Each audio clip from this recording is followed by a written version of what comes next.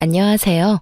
저는 얼마 전 남편과 이혼하고 시댁과의 지긋지긋한 인연도 끊어버린 30대 후반의 여자입니다. 살다 보면 정말 별 이상한 일을 겪기도 하는데 제게는 시댁이 그 이상한 일의 중심이었어요. 살면서 이 정도로 치사하고 더러운 인간은 난생 처음이었거든요. 그래서 오늘은 그 시댁 사람들이 한 짓에 대해 한번 까발려 볼 생각입니다. 저와 남편은 나이 차가 좀 있어요. 제가 30대 중반이었을 때 남편은 40대 초반이었거든요. 솔직히 연애할 때 남편은 정말 못 봐줄 정도였어요. 나이 마흔에 돈 모아둔 것도 없었고 삐쩍 말라서 한마디로 엄청 불쌍해 보였어요. 게다가 직장은 중소기업조차 되지 않는 아주 작은 회사였고 월급도 그 나이 때 남자에 비하면 박봉이라고 할 만큼 적게 벌었어요. 그런데 왜 제가 그런 사람과 결혼을 했는지 궁금해하는 사람들이 있더라고요. 네가 도대체 뭐가 모자라서 그런 노총각한테 시집을 가? 남편과 제가 결혼한다고 했을 때 저희 언니가 했던 말이에요. 두 분 부모님은 원래부터 자식들 일에 가타부타 말하는 분들이 아니셨어요. 그저 지지와 응원을 보내주실 뿐 저를 비난하는 일은 없었죠. 그런데 저희 언니는 달랐어요. 언니는 무엇이든 저에게 솔직하게 말해줬거든요. 근데 사람이 참 착해? 한눈 팔 것 같지도 않고.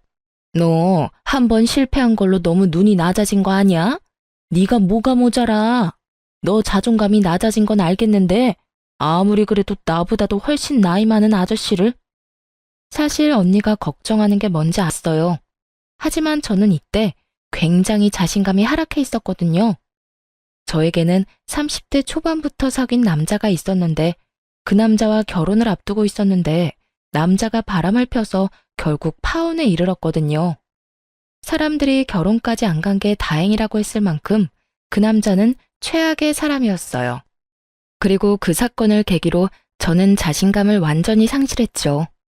제게 사기를 치려던 인간이 워낙 잘생긴 데다가 유들유들한 성격이었다 보니 무의식 중에 그런 남자와 정반대되는 사람을 고른 것 같기도 했죠. 그렇지만 정말로 그런 이유만으로 그 사람과 결혼하기로 한 건 아니었어요. 그만큼 그 사람이 순수하고 착했거든요. 그래서 더 끌린 거예요. 언니는 마음에 들어 하지 않았지만 부모님은 좀 달랐어요. 시부될 분이 공무원이라 부모님이 좋아하셨거든요. 공무원이라는 직함이 주는 신뢰감이 저희 친정 부모님에게 딱 주어진 거죠. 그렇게 상견례를 무사히 마치고 세부적인 내용을 상의하러 시댁에 들리게 됐어요. 그리고 그때부터 저는 이 결혼에 불안을 가지게 됐어요. 저희 신혼집 이야기를 하는데 시모가 그러더군요. 결혼은 너희 알아서 하거라. 신혼집도 마찬가지야. 너 나이가 40이나 넘어서 어른들한테 의지하고 그러면 안 된다. 그러면 사람들이 욕해. 아직 돈 벌 수 있는 날도 많고 힘도 있지 않니? 그러니까 알아서 결혼해. 결혼식에 우리는 아버지 은퇴하고 나도 일 안 하니 신경 많이 못 써줄 거다. 그 말을 듣고 솔직히 좀 많이 당황했어요. 남편이 예전에 저한테 말한 적이 있었거든요. 자기가 여태 돈을 많이 못 모아둔 이유요. 월급 받을 때부터 시모에게 한 달에 100만 원씩 용돈을 드렸다고 했거든요. 솔직히 남편 월급이 정말 박봉인데 그 박봉에 매달 100만 원을 시댁에 드렸다니 기대를 좀 했거든요. 10년 넘게 그렇게 돈을 받아가셨으면 아들 장가갈 때 돈 좀 마련해 주실 수도 있겠구나 하고요. 그런데 아예 선을 딱 긋는 모습에 당황해버렸죠. 남편은 그걸 이상하게 생각하지 않더군요. 결국 저는 그날 돌아오는 차 안에서 남편에게 말했어요. 당신 결혼해서도 어머님한테 용돈 그렇게 드릴 거야? 그렇지 않을까? 여태 주던 걸 안 주는 것도 이상하고. 오빠, 잘 생각해. 지금 당장 오빠 돈 한 푼 없이 결혼하는 거야. 우리 부모님이랑 내가 모은 돈으로 신혼집은 작은 거라도 마련할 수는 있어. 근데 결혼 혼자서 하는 것도 아니고 오빠도 보탬은 돼야지. 어머님한테 그렇게 용돈을 많이 드리면 앞으로 애가 생기고 내가 육아휴직 쓸 때는 어떻게 될 것 같아? 제 말에 남편이 조용히 생각하더군요. 자기가 생각해봐도 무리겠죠. 지금 당장이야 급한 불을 우리 친정에서 꺼주겠지만 그것도 무리해서 꺼준 거예요. 앞으로 더 큰 불은 저희가 알아서 해결해야 하는 문제였고요. 결국 남편은 제 말에 수긍했습니다. 어머니한테 결혼 후에 내가 말할게. 용돈 드리는 거 줄인다고. 한 30만 원만 드리면 되지 않을까? 그 정도면 괜찮아. 나도 우리 엄마한테 그 정도 드리고 있거든. 그렇게 이야기를 하고 나서야 저도 마음이 좀 편해졌어요. 그리고 나도 집 살 때 돈 보탤게. 어머니에게 드리던 용돈을 줄이면 대출금 정도는 낼 수 있을 거야. 아니야, 오빠. 그 돈은 우리 열심히 모아두자. 앞으로 태어날 아이와 우리 노후를 위해서라도 돈은 모아둬야 하거든. 오빠가 내 이야기에 귀 기울여줘서 고마워. 그렇게 저희는 결혼했고 친정 부모님의 도움과 제가 모아놓은 돈으로 신혼집도 어렵게 장만할 수 있었어요. 작고 오래된 집이었지만 그래도 매매였어요. 서울이었으면 엄청 비쌌겠지만 지방이라 가격도 비싸지 않았어요. 그래도 대출 없이 집을 마련했다는 것만으로도 다행이었죠. 결혼하고 나면 좋은 일만 있을 줄 알았는데 그렇지만도 않더군요. 저는 간호사로 병원에서 일을 하는데 제가 일하는 병원이 시댁과 가까웠어요. 결혼한 그달부터 시모가 저를 매번 시댁으로 불렀어요. 저의 출퇴근 시간을 체크해서 꼭 일을 안 할 때 불렀어요. 그리고는 정말 쓸데없는 일들, 자기가 하기 싫은 일들을 저한테 시켰어요. 오늘은 설거지랑 냉장고 청소 좀 하고 가거라. 어깨가 아파서 아무것도 못하겠어. 냉장고 청소하고 나면 화장실도 좀 청소해 놓고 곰팡이 핀 곳이랑 줄눈 있는 부분 하얗게 만들어놔. 그렇게 말하며 자기는 소파에 앉아서 어깨를 통통 두드리며 TV를 보고 있더군요. 저는 보수적인 집단에서 자라서 시모가 며느리에게 일 정도는 시킬 수 있다고 생각해요. 나이 많은 연장자에 대한 공경이라고 생각한다면 못할 것도 없었죠. 하지만 제게 그런 일을 시키고 싶다면 그 밑바탕에는 서로에 대한 최저한의 존중이 깔려 있어야 하는 거 아닌가요? 일 다 했으면 가봐라. 너 있으니까 편하게 못 쉬겠어. 다음에는 좀 더 빨리 할 수 있도록 하고. 제가 시모의 일을 도와줬다면 수고했다 말 한마디, 따뜻한 눈길 한번, 그거라도 저한테 줬어야 맞는 거죠. 그랬다면 그것만으로도 보람과 뿌듯함을 느꼈을 거예요. 그런데 시모는 마치 당연히 부려야 할 종년을 부린 것처럼 굴더라고요. 그러면서 저한테 한마디 하더군요. 예, 이번 달 월급도 10일에 나오니? 큰일이네. 너 아범한테 내 용돈 좀 더 빨리 달라고 이야기하거라. 이번 달 모임이 10일 전에 잡혀서 그 전에 옷을 사야 하거든. 자주 보는 것도 아닌데 한 번 입었던 옷을 입고 가는 것도 좀 그렇지 않니?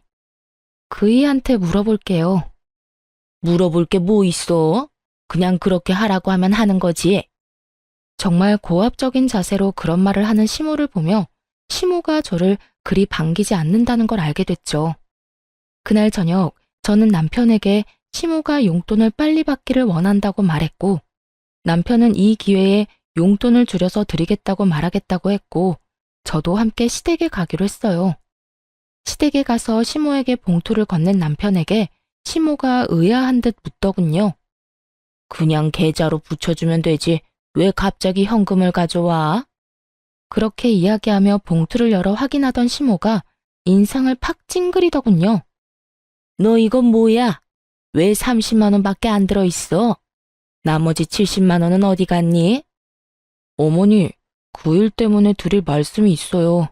저도 이제 결혼했고 아이도 곧 생길 건데 어머니 용돈으로 100만 원씩 드리는 건 좀 무리인 것 같아서요. 이번 달부터는 30만 원만 드릴게요. 너, 이게 무슨 짓이야? 설마 네 짓이니? 네가 우리 아들한테 바람 넣었어? 어머니, 그런 거 아니에요. 솔직히 지금 결혼하면서 마련한 신혼집도 이 사람이랑 장인어른께서 다 도와주신 거잖아요. 결혼할 때 저는 해간 것도 없고요. 지금 많이 저축해야 애가 태어났을 때 조금이라도 더 큰 집으로 이사갈 수 있겠죠. 네가 처갓집에 도움을 받았으면 그건 네가 해결할 일이지. 설마 처갓집에 도움 좀 받았다고 내 용돈 깎아서 사돈한테 돈 주는 거야? 그런 거면 엄마는 용납 못한다. 어머님, 그런 거 아니에요. 오빠가 여태껏 살면서 신세진 게 많아서 용돈을 그렇게 드렸잖아요. 하지만 이제는 분가해서 사는데 이러면 두 집 살림이라 돈이 더 많이 들어요. 당장 저 임신이라도 해서 일 못하게 되면 지금 모아놓은 돈으로 버텨야 하는데 저는 집 사느라 돈 다 썼고 오빠는 모아둔 돈도 한 푼 없어요. 그러니 지금부터라도 부지런히 모아야 아이 낳고 살죠. 그러니까 어머님이 이해 좀 해주세요. 무슨 이해를 해? 네가 뭔데? 우리 아들 월급 가지고 이래라 저래라 하는 거니? 너 결혼했다고 우리 아들 월급까지 네 맘대로 할 수 있다고 생각하는 거 큰 오산이야. 왜 네가 중간에서 난리야? 굴러 들어온 돌이 박힌 돌 뺀다더니 딱 그 꼴이구나. 너 이런 식으로 우리 아들이 나한테 주는 돈 갈취하려고 결혼하자고 한 거니? 결혼할 때부터 이상했지. 다 늙은 노총각하고 30대 중반의 젊은 여자가 왜 결혼을 하겠어? 너 돈 때문에 우리 아들이랑 결혼한 거지?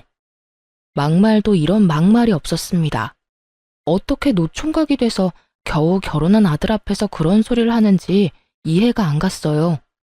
사람을 돈 보고 결혼하는 여자로 몰아가니 저도 참을 수가 없었어요. 어머님, 돈 보고 결혼했으면 제가 이 사람이랑 결혼을 왜 하겠어요? 지금 돈 쓴 것만 봐도 그래요. 저희 집이랑 제가 다 했지 이 사람이랑 어머님이 뭐라도 해주신 거 있으세요? 결혼할 때 그러셨잖아요. 결혼할 때 도움 같은 거 바랄 생각하지 말라고요. 그래서 저희 쪽에서 다 했는데 지금 무슨 말씀하시는 거예요? 결혼 축의금까지 싹싹 긁어가셨으면서 어머님은 저한테 그런 말 하시면 안 되죠. 얘 말하는 것 좀 봐. 어디 어른한테 두 눈 똑바로 뜨고 큰 소리야? 내가 돈 안 해줬다고 너 지금 나한테 큰 소리 치는 거야? 너희 집에서 집해왔다고 유세 떠는 거냐고. 어머님이 먼저 저를 돈 보고 결혼한 여자 취급하셨잖아요. 그리고 제가 틀린 말 했어요? 그러는 어머님은 이 결혼이 마음에 안 드시는 건가요? 앞으로 생길 손주부터 생각 좀 해주세요. 저는 그렇게 말하고 시댁을 뛰쳐나와 택시를 타고 집으로 왔어요. 집에 있으니 남편이 슬그머니 집으로 들어오더군요. 괜찮아? 엄마가 그런 식으로 말해서 많이 속상했지. 내가 엄마한테 잘 이야기해놨어. 앞으로는 30만 원만 드리기로 이야기 다 됐어. 나도 오빠한테 미안해. 결혼한 지 얼마 안 돼서 이렇게 큰 소리 내고 할 건 아니었는데. 나 지금 몸 상태가 정상이 아니거든. 사실은 내 뱃속에 우리 아이가 있어. 결혼식 직전에 생긴 소중한 아이가 있어서 나도 모르게 흥분한 것 같아. 호르몬 변화 때문에 감정 기복이 좀 생겼거든. 정말? 아이가 생기다니. 그래서 당신이 그렇게 흥분해서 말했구나. 앞으로는 내가 잘할게. 내가 우유부단한 탓에 당신한테 상처 준 것 같아서 미안해. 이런 남편이 있어서 저는 견딜 수 있었어요. 그런데 시모는 포기를 모르는 집념을 가졌더라고요. 용돈을 줄이겠다고 한 그 다음 주에 바로 연락이 왔어요. 아들, 우리 집이 너무 오래되고 크니까 좀 더 작은 곳으로 갈까 싶다. 그런데 늙어서 시골 들어가는 것도 병원 가는 거 힘드니 안 되고 내가 다니던 병원 근처에 가고 싶은데 돈이 좀 모자라네. 네 이름으로 대출 받아서 돈 좀 마련해 봐라. 옆에서 시모 전화를 함께 듣고 있던 제가 한마디 하려는데 남편이 저를 말리더군요. 어머니, 제가 좀 더 안정기가 되면 말씀드리려고 했는데 저희 아이 생겼어요. 그래서 앞으로 돈 쓸 일은 좀 피할 생각이에요. 지금 있는 집 수리할 곳 있으면 말씀하세요. 제가 보고 수리해야 하는 곳은 수리할게요. 그런데 지금 당장 돈 마련하는 건 무리예요. 아이? 너희 아이가 생겼어? 거짓말 아니야. 나한테 돈 주기 싫어서 애 생겼다고 거짓말하는 거 아니냐고. 무슨 그런 걸로 거짓말을 해요. 어머니, 이제 좀 그만하세요. 저는 괜찮은데 와이프 상처받는 건 안 보고 싶어요. 죄송해요. 그렇게 전화를 끊는 남편을 보니 그제야 마음이 놓였어요. 시모의 그런 막무가내 요청도 막을 수 있게 됐잖아요. 그리고 작은 집으로 옮기면서 돈이 더 필요하다는 시모 말은 진짜 듣고만 있어도 어질하더라고요. 사실 시모는 전업주부로 시부가 주는 돈으로 생활했었는데 사치가 좀 있었거든요. 과시욕도 있고 함께 모임하는 사람들 따라가려니 시부 용돈만으로는 버거웠던 모양이었어요. 그러니 아들 용돈으로 10년 동안 사치스럽게 생활한 모양이었죠. 며느리가 생겨서 이제 그런 생활을 청산해야 하는데 쉽지 않으니 이런 식으로 매번 돈을 요구했어요. 집도 비싼 집으로 가려는 이유는 뻔해 보였어요. 지인들에게 자랑하고 싶었던 모양이었어요. 땅값 비싼 곳으로 이사 갔다고 말이죠. 손주가 생기니 결국은 더 이상 돈을 요구하지는 않더군요. 하지만 그 뒤로는 좀 더 치사한 방법으로 저를 괴롭히기 시작했어요. 제게 반감을 가지고 있다고 생각했는데 나중에 그 속내를 확인하고는 소름이 돋았어요. 평범한 사람이라면 상상도 못할 검은 속내가 있더라고요. 저는 결혼과 동시에 임신을 했고 아이를 낳았어요. 딸은 시모의 의심과는 다르게 남편과 무척 똑같이 생겼었어요. 아무도 남편 아들이 아니라고 생각도 못할 정도로 말이죠. 시댁에는 그 용돈 사건 이후로 잘 가지 않았고 명절과 생일, 어버이날에만 방문하게 됐어요. 그 외의 날에는 남편 혼자 시댁에 들렀죠. 아이가 2살 때였어요. 음식을 차리는 건 거의 다 제 몫이었어요. 시모는 절대로 저를 도와주지 않았어요. 딱 하나, 밥만 시모가 했죠. 그런데 그보다 더 짜증나는 일은 따로 있었어요. 밥을 먹으려고 할 때마다 저를 바깥으로 심부름을 보냈거든요. 시댁에서 마트까지는 적어도 걸어서 왕복 20분은 걸렸어요. 가는데 10분, 장 보는데 10분, 오는데 10분이면 총 30분을 보내는 거죠.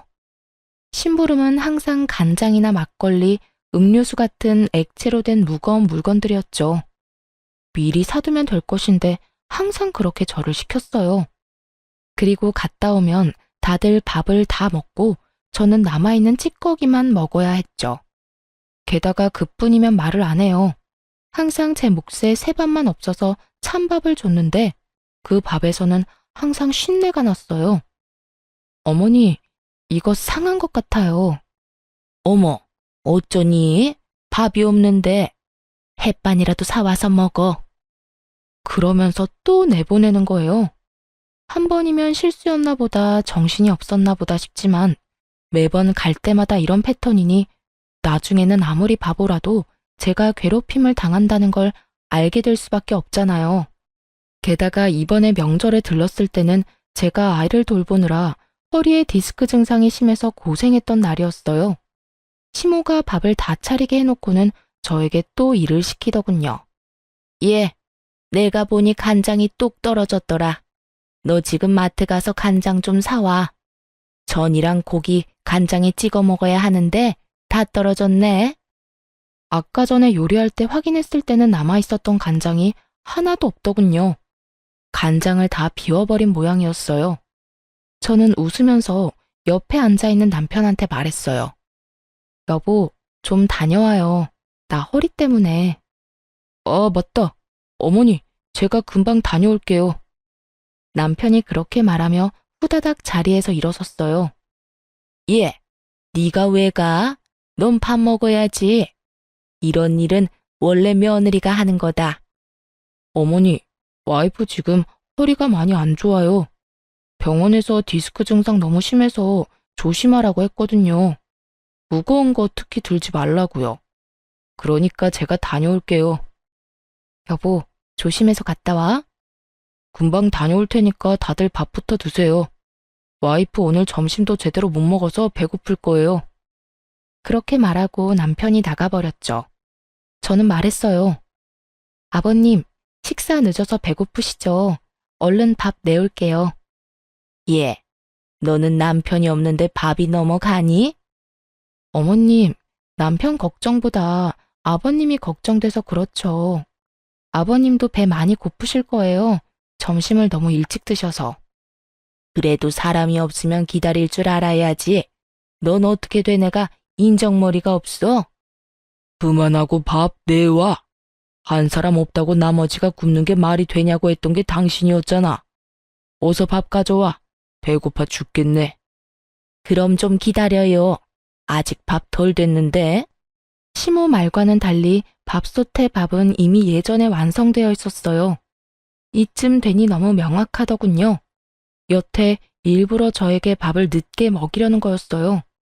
민기적거리는 시모 때문에 결국 밥은 남편이 오고서야 먹게 됐죠. 정말 오랜만에 모든 가족이 동시에 먹는 밥이었어요. 그리고 이번에도 시모는 제게만 쉰내 나는 밥을 내놓더군요. 여보, 나 속이 안 좋아서 그러는데 내 밥 나눠 먹자. 당신은 많이 먹어야 해. 내가 이렇게 살찌우느라 얼마나 힘썼는지 알지? 배고프다고 하지 않았어? 갑자기 속이 왜 안 좋아?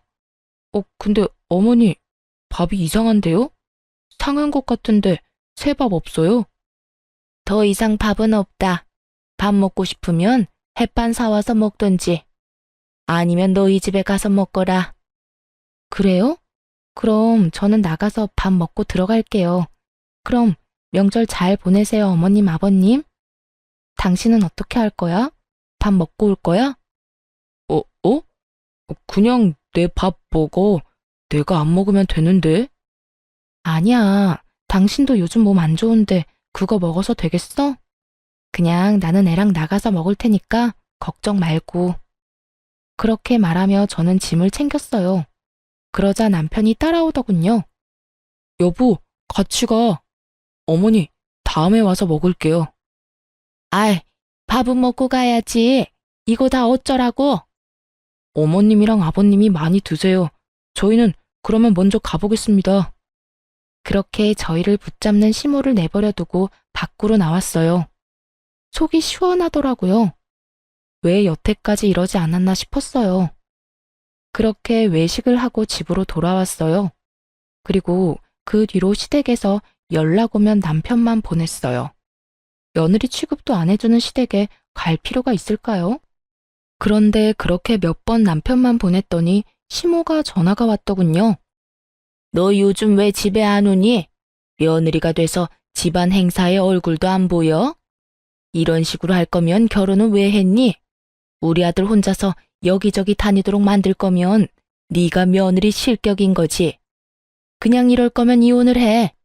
우리 얼굴 보기도 싫으면 그냥 이혼하면 되지. 뭐하러 질질 끌어? 어머님, 좀 흥분하신 것 같네요. 갑자기 전화 와서 이혼하라고 하셔도 저희는 그럴 생각이 없어요. 그럴 생각이 없으면 우리가 하라는 대로 해야지. 너 혼자 살 거면 뭐하러 결혼을 했어? 시모가 남편에게 무슨 말을 들었는지 말하지 않아도 알겠더라고요. 저는 남편에게 시모와 이야기할 때 혹시라도 돈과 관련된 이야기가 나오면 무조건 선을 지키라고 했거든요. 아마 또 돈이나 달라고 했겠죠. 남편은 거절했을 테고. 그러니 저한테 전화와서 이 난리를 피우는 거겠죠. 시모는 남편에 대한 통제권이 저한테 넘어온 것이 화가 날 정도로 열받는 것처럼 보였어요. 실제로 저는 남편을 통제하는 짓은 하지 않았어요. 다만 함께 살기 위해서 서로 간에 지켜야 할 선을 정해줬을 뿐이었죠. 결혼한 부부가 자기 가고 싶을 대로 가면 부부 생활이 유지될 리 없잖아요. 게다가 시모의 저 행동은 진짜 문제가 있다고 생각했어요. 어머님, 저는 저고 남편은 남편이죠. 부부가 일심동체라도 매일 같이 다녀야 한다는 법은 어딨나요? 그리고 남편이 애도 아니고 혼자 다니는 게 왜 안 되나요? 어머님이 너무 예민하신 것 같네요. 이혼 이야기는 못 들은 걸로 할게요. 넌 뭐가 그렇게 당당하니? 우리 아들한테 무슨 말을 어떻게 했길래 마누라 이야기만 하면 난리야. 그리고 너 우리 아들한테 도대체 뭐라고 하길래 애가 내 말을 듣지를 않아. 네가 내 아들을 너 좋을 대로 써먹고 있잖아. 그건 내 아들이야. 내 아들이 번 돈은 내 돈이고 내가 키워준 값 받겠다는데 네가 중간에서 그걸 낚아채? 내가 가만히 있을 줄 아니? 너 두고 봐라. 내가 아들한테 이야기해서 너희 꼭 이혼시켜버릴 테니까. 그렇게 말하고는 전화를 끊더군요. 정말 어이가 없었어요. 부부 사이의 일을 왜 본인이 결정하겠다는 건지. 시모와 대판 싸우고 나서도 저는 시댁에 얼굴 한번 내비치지 않았어요. 남편에게 그 전화 내용에 대해 잃을까 생각하기도 했지만 혼자서 열심히 시댁에 다녀주는 남편에게 이런 일로 더 신경 쓰이게 하고 싶지 않았죠. 그런데 그 전화 이후로 남편이 점점 이상해지더군요. 시모에게 홀라당 넘어가 버린 건지 시모에게 설득당해 버린 건지 모르겠지만 이상한 말을 꺼냈어요. 당신, 우리 부모님 얼굴 진짜 이렇게 계속 안 볼 거야? 부탁인데 만나서 한 번만이라도 대화를 해봐. 대화? 아버님하고 대화하라면 언제든지 할 수 있어. 그런데 어머님은 아니잖아. 대화 자체가 성립이 안 돼. 이미 나를 싫어하시는 분이야. 만나면 싸움만 하는데 대화도 할 마음이 있는 사람들끼리 하는 거지. 엄마도 당신하고 이야기하고 싶다는데 당신이 좀 굽히고 들어가주면 안 될까? 여태까지 당신이 원하는 대로 해줬으면 이번 한 번 정도는 당신이 양보해줘도 되지 않을까 싶은데. 그러나 저는 반대했어요. 절대로 받아들이고 싶지 않았어요. 이혼을 하라 마라 전화로 요구하는 시모와 대체 무슨 대화를 나눈다는 말이죠? 그런데 저는 그런 시모와 결국 한자리에서 만나게 됐어요. 모든 것이 남편의 그림이었죠. 저녁에 외식을 하자고 그러더라고요. 제가 제일 좋아하는 오리고기 가게를 간다길래 좋아서 남편과 함께 나갔는데 그 자리에 시모가 떡하니 앉아있더군요. 예, 왔니? 오랜만에 보는구나. 잘 지내는 것 같아 보기 좋네. 왜 요새 이렇게 얼굴을 안 비추니? 사람이 확 달라졌더군요. 엄청 부드럽게 말하는 시모를 보며 이 사람은 왜 이런 행동을 하나 경계부터 됐어요. 불과 며칠 전에 이혼하라며 난리친 시모와 대화를 나눴기에 이 변화가 더 수상했죠. 그러니 당연히 말이 곱게 나갈 리가 없었죠. 제가 얼굴을 안 비추는 이유는 어머님이 잘 아실 것 같은데요. 뾰족하게 가시가 돋친 제 말에 갑자기 시모가 얼굴을 손바닥으로 감싸더니 엉엉 울더라고요. 얘야, 미안하다. 내가 시집살이를 시키려고 시킨 건 아니다. 나는 다 너 욕먹지 말라고 그런 거야.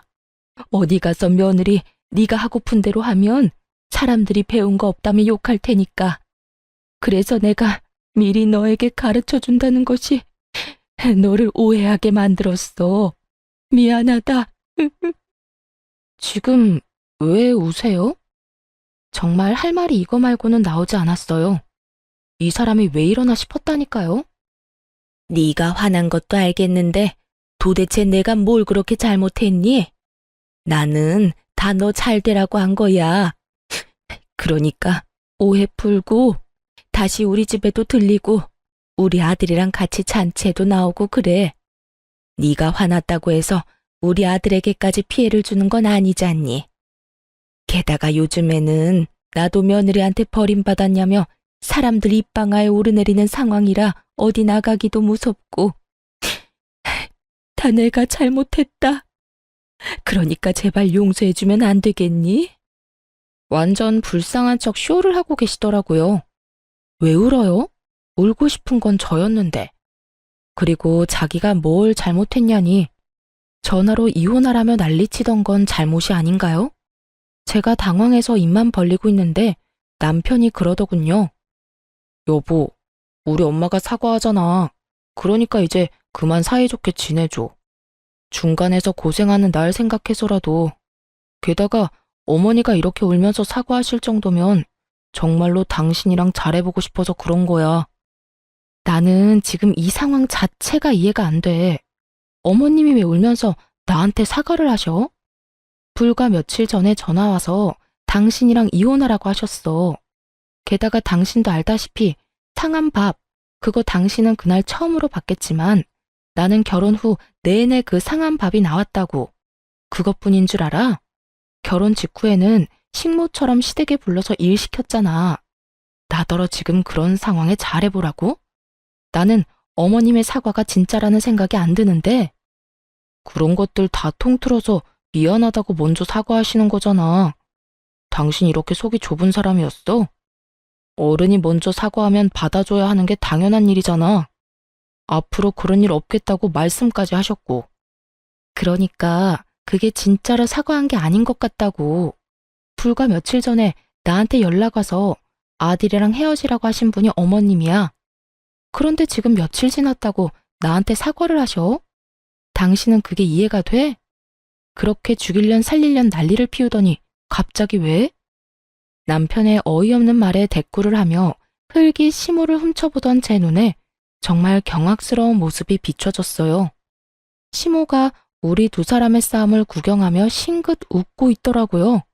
순간 온몸에 소름이 쫙 돋는 거 있죠? 우리 싸우게 하려고 이랬나 싶었어요. 그때 시모가 끼어들었어요. 그만들 해라. 나 때문에 너희들끼리 싸우지 말어. 아들아, 나는 할 만큼 다 했다고 생각한다. 네가 며느리랑 사이좋게 지내라고 해서 사과까지 했어. 내가 뭘 잘못했는지는 모르겠지만 그런 일들이 실수라고 말한들 네 처한테 먹히지도 않겠지. 네가 며느리와 헤어진다고 해도 나는 안 말린다.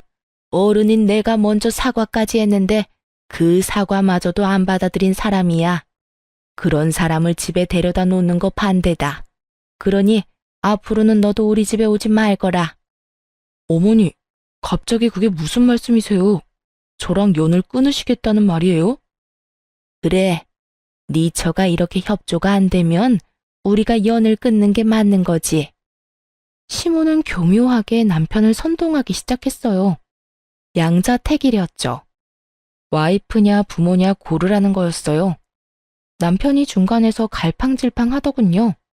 저는 그 갈팡질팡에 더 배신감이 느껴졌어요. 어머니, 저는 영 끊을 생각 없어요.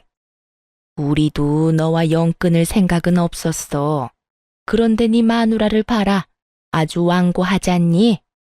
고집이라는 고집은 있는 대로 부리고 어른들이 머리를 낮추고 들어가도 빳빳하게 고개 들고 나한테 따지는 거 못 봤니? 나는 그런 여자는 며느리로 두고 싶지 않다. 내가 자존심 다 내려놓고 사과하면 뭐하니? 받아줄 생각이 없는데. 당신 진짜 우리 엄마랑 화해 안 할 거야?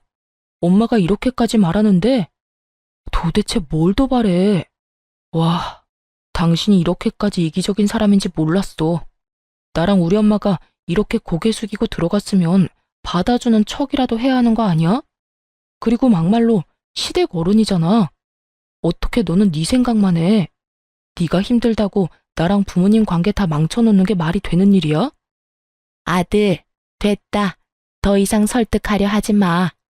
이해가 안 되는 사람들은 평생 이해를 못해. 내가 이것 하나만 확실히 말하마.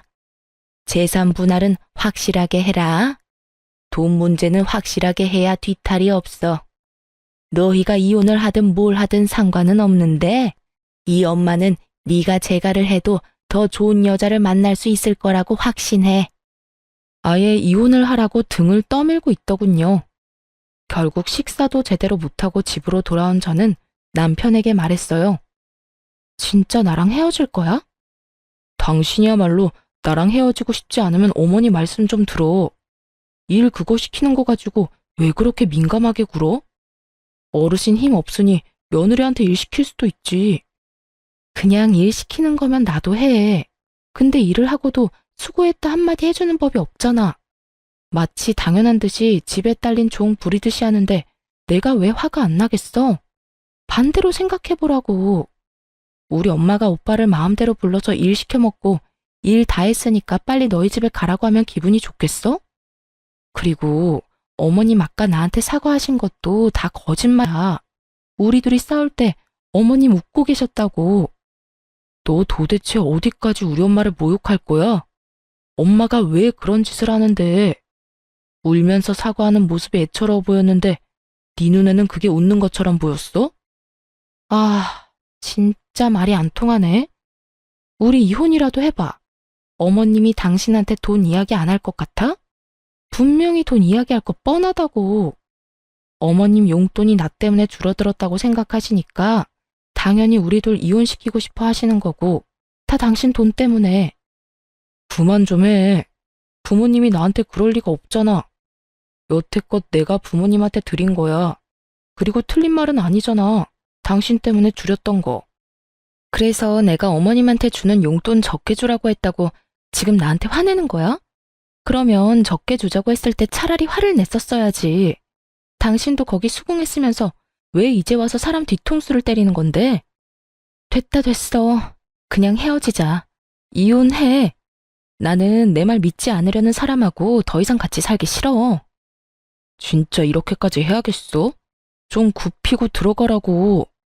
싫다고. 어머님 저러는 거 당신에 대한 통제권을 나한테 뺏겠다고 생각해서 그런 건데 게다가 울면서 사과하는 사람이 뒤에서 웃고 있으면 그게 진심일 리가 없잖아. 당신하고는 말 안 통하니까 그냥 이혼해. 나도 이딴 식으로 매번 부딪히기 싫으니까. 저는 그렇게 남편과 이혼 서류를 냈어요. 결국 남편에 대한 통제권은 시모에게 넘어갔고 저와 남편은 이혼 소송을 진행했어요. 서로 변호사 선임한 직후 저는 남편에게 시모와의 마지막 통화 내용을 보내줬어요. 저도 예전에 자동 녹음 기능을 켜놨던 건데 그게 켜져 있어서인지 시모와의 대화가 자동으로 녹음이 됐더라고요.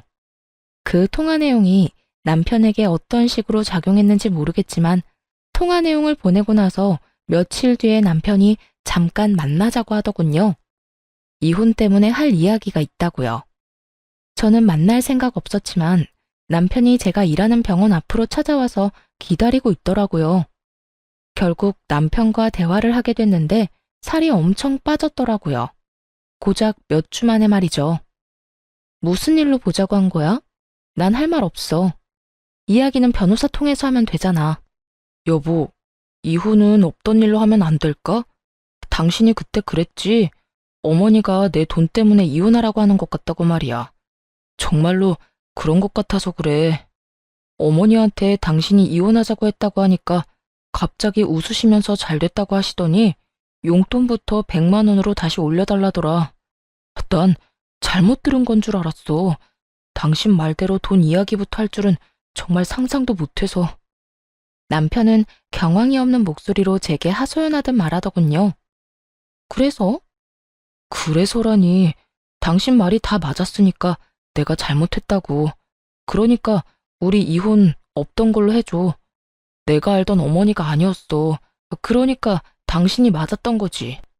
그 전화 내용도 확인해보니까 다 사실이었고 어머니가 그때 나한테 한 말이 더 소름 끼쳤어. 다음에는 용돈 많이 주는 돈 많이 버는 며느리 찾으라고.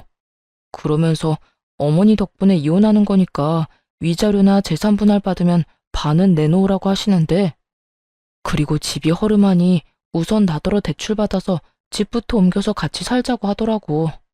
같이 살면서 또 얼마나 뜯어가시려는지 그 말 듣는데 내가 진짜 헛다리 짚었다는 생각밖에 안 들더라. 남편이 초췌해진 얼굴을 쓸어내리며 말하더군요. 빌빌거리며 다 죽어가는 인간 인공호흡기 꽂아줬더니 제 손으로 인공호흡기 빼고는 다시 삐쩍 말라가다가 이제야 정신을 차린 모양이었어요. 참 웃긴 게 그렇게 시모가 남편 돈을 원하는 거였다고 말해줘도 그때는 들은 척도 안 하더니 직접 귀로 들으니 또 달랐나 봐요. 내가 몇 번이나 이야기했을 때는 믿지도 않았으면서 이제야 정신이 들었어? 근데 어쩌나? 나는 이미 당신한테 정 떨어진 지 오래됐는데? 결혼이라는 건 신뢰를 바탕으로 이뤄지는 건데 당신은 그걸 깼어. 나를 의심하기 시작한 순간부터 당신이랑 내 사이는 깨진 거라고. 그리고 그건 다시 못 붙여. 당신 어머니가 그 사람인 이상 우리는 또 깨질 거니까. 그러니까 내가 어머니와 연락 끊을게. 진짜로. 이번에는 당신 말 제대로 들을 테니까 제발 부탁이야. 난 당신 받아줄 생각도 없고 다시 만나고 싶은 마음도 없어. 당신이 나한테 준 게 얼마나 큰 배신이었는지 당신은 모르지? 그리고 나는 한 번 배신한 놈은 다시 배신할 가능성이 높다고 생각해. 그러니까 여기서 깔끔하게 끝내는 게 맞는 것 같아. 앞으로 이런 일로 연락하지 마. 그리고 당신이 당신 엄마랑 연을 끊든 말든 이제 와서 나랑 무슨 상관이야? 이 이혼은 당신 선택으로 결정된 건데 진짜 웃기다. 어머니 탓하면 마음이 좀 시원하니? 어머님이 잘못한 건 누가 봐도 당연한 건데 그런 어머니한테 홀라당 넘어간 너한테는 잘못이 없다고 생각하나 봐. 그런데 네가 제일 나빠. 믿을 것처럼 해놓고 결국에는 배신하는 인간. 그렇게 남편 놈에게 일침을 하고 돌아섰죠. 그렇게 저희는 이혼을 했어요. 결혼 기간이 길지 않아 결국 제 명의의 집은 제 것이 되었고 아이도 제가 키우게 됐어요. 고부 갈등으로 인한 이혼이라는 제 주장도 받아들여져 남편 놈이 제게 위자료를 지급하게 됐죠. 그렇게 몇 달간 정말 속은 쓰리지만 마음은 편하게 살았어요. 그런데 하루는 망할 아줌마한테서 연락이 왔더라고요. 너 우리 아들 어디로 빼돌렸니? 위장 이혼해놓고 여전히 우리 아들이랑 같이 사는 거 맞지? 뜬금없는 소리를 해대는 통에 저도 당황했어요. 이혼한 사람을 왜 여기서 찾아요? 저랑 같이 안 살아요. 거짓말 하지 마. 이놈이 너 아니면 우리를 이렇게 버리고 갈 리가 없어. 지금 집안이 어떤 꼴인지 알기나 하니? 아들이 줄 돈으로 갚으려고 했던 카드값이랑 대출금 못 갚아서 신용불량자 돼서 집으로 차 앞딱지가 붙었어. 집꼴이 말이 아니야. 그 와중에 짐 싸서 도망이 나가? 네가 우리 아들 숨긴 거 맞잖아.